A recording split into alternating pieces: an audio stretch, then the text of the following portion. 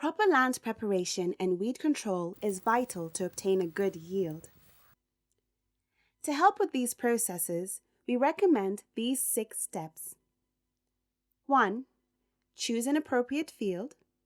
2. Decide whether that field requires slashing. 3.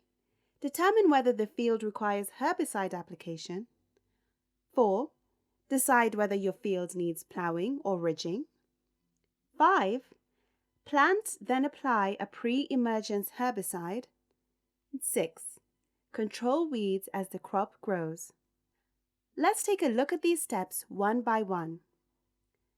Let's start with how to choose an appropriate field. Cassava will thrive in fertile soils. When selecting a field, keep an eye out for signs of biological activity like worm casts, but avoid some of the less desirable attributes for a cassava field. For example, a cassava field should not be stony, shallow, waterlogged, or sloping. The most important part of field selection is finding a good fertile soil. Now, let's look at steps 2 and 3 together. To make the right decision on whether a field requires slashing and/or glyphosate application, you must consider the type of fallow vegetation in your field. There are 4 different situations a field may fall under. 1. A bush vegetation with trees or woody shrubs. 2. A broadleaf vegetation without trees or shrubs. 3. A grass vegetation. Or 4. Very little vegetation. If your field falls in the first description of bushy vegetation with trees or woody shrubs, it will almost always be taller than 50 centimeters. This is about the height to your knee or slightly above. If it is taller than 50 centimeters, you cannot apply herbicide. It is too tall to go over it with a sprayer. Instead, you will need to slash the vegetation. Bush vegetation typically regrows slowly, and you do not need to apply herbicide after slashing. You can directly clear the land.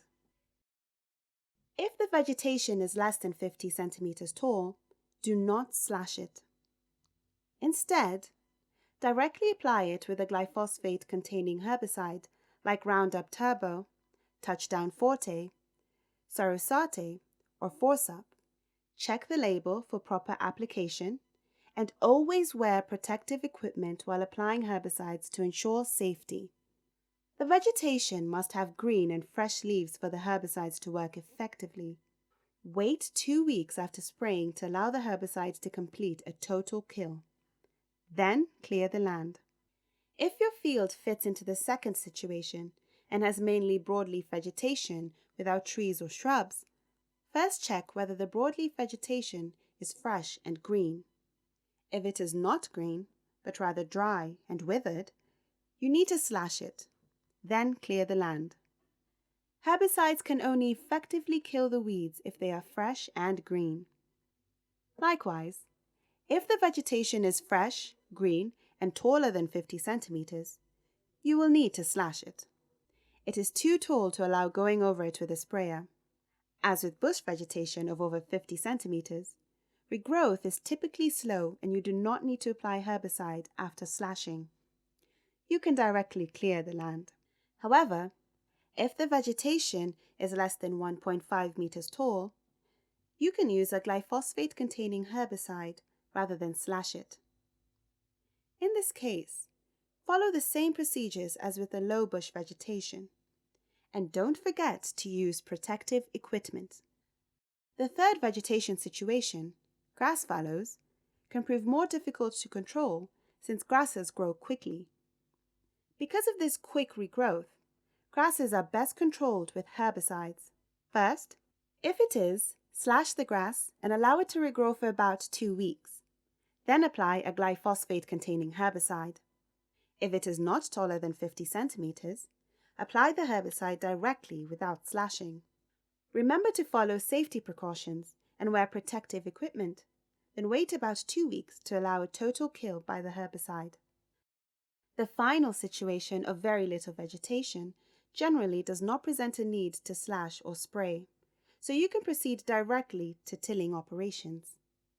However, certain problem weeds do create an exception to this rule.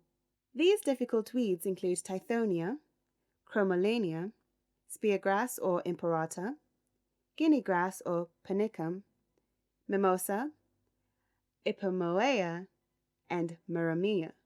If you see any of these weeds in your field, first spray them with a glyphosate-containing herbicide, or they will prove difficult to control once your cassava has been planted. Also, if you see these weeds growing after clearing a broadleaf or bush vegetation, you should spray these before planting cassava. Now that the first 3 steps are complete and the land is cleared, we can move on to step 4, where we will help you determine whether your land needs ploughing and/or ridging. These operations require an investment in the form of labor or money into a tractor service, but ploughing and ridging can increase yields 2-fold. You must consider the cost of tillage operations and decide whether yield improvements will be substantial enough to offset that investment. To help you make that choice, let's talk about these tillage operations in more detail. Ploughing can either be performed manually or by tractor. It loosens the soil and facilitates penetration of the roots. Ploughing also speeds up the release of nutrients from organic matter and plant residues in the soil.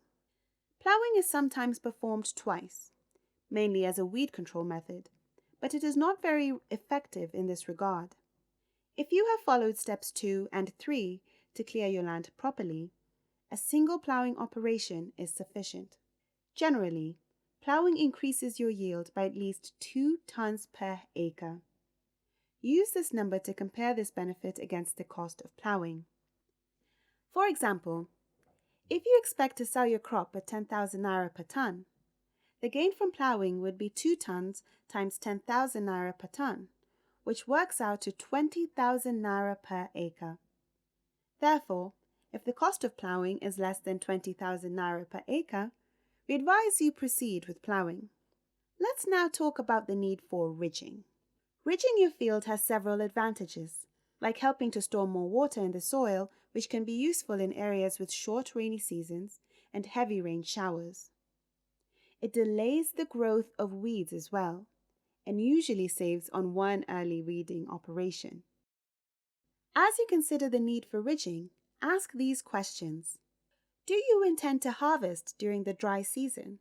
Is your soil high in clay and sometimes waterlogged? Is controlling weeds in your field often difficult? If you answered yes to any of these questions, we strongly advise you ridge your field. Even if you answered no, ridging can still help increase yield, but you will need to compare yield again with the cost of ridging, just as you did with ploughing. Ridging increases yield by at least 1.5 tons per acre.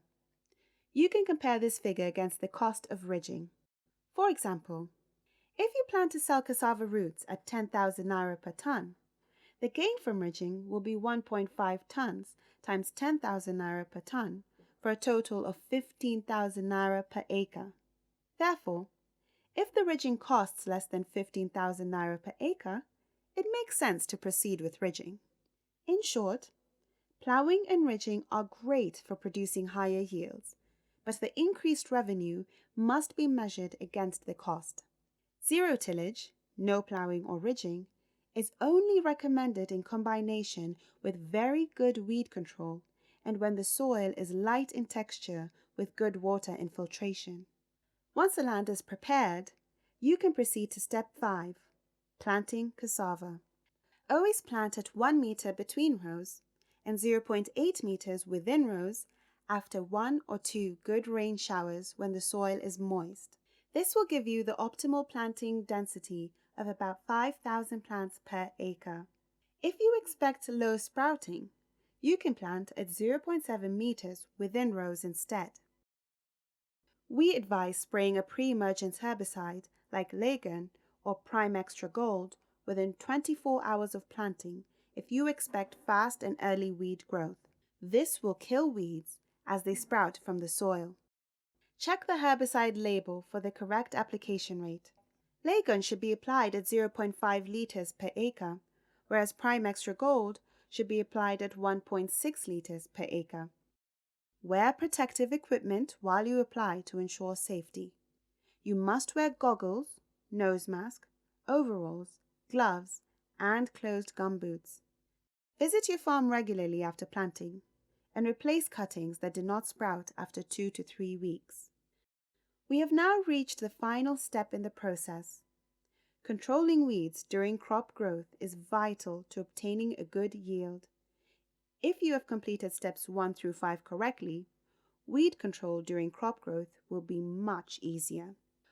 When weeds cover about a third of your field and reach the 4 to 6 leaf stage and are about 15 to 20 centimeters tall, they must be controlled. If left uncontrolled, weeds will take away light, water, and nutrients from your cassava crop, resulting in lower yields. There are 3 main methods of weed control: manual weeding by hoe or cutlass, mechanical weed control with a weeder, and the use of herbicides. A combination of these methods provides optimal weed control. If you opt for the herbicides method, look at the type of weeds in your field. If they are mainly grasses, choose a herbicide made specifically to control grasses, like Fusilade Forte at 1.5 liters per acre. A grass-specific herbicide will not affect the cassava crop.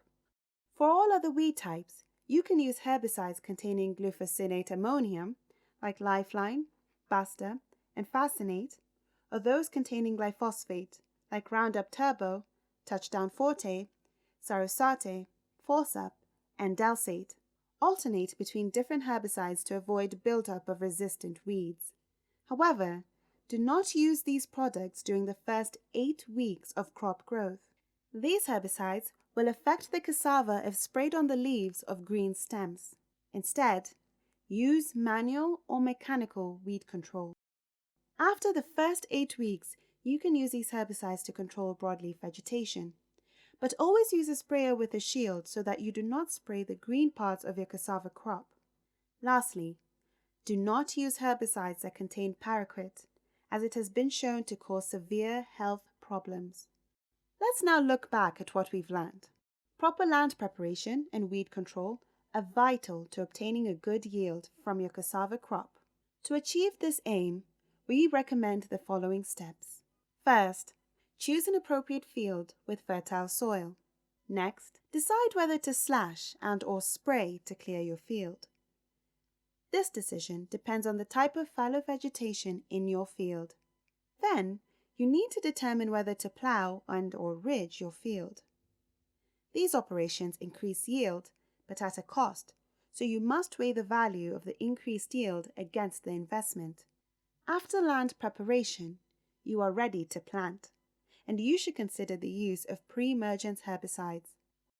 Finally, choose an appropriate method of weed control during crop growth. Thank you very much for watching. We hope you've enjoyed this video. For more information, here are some helpful resources.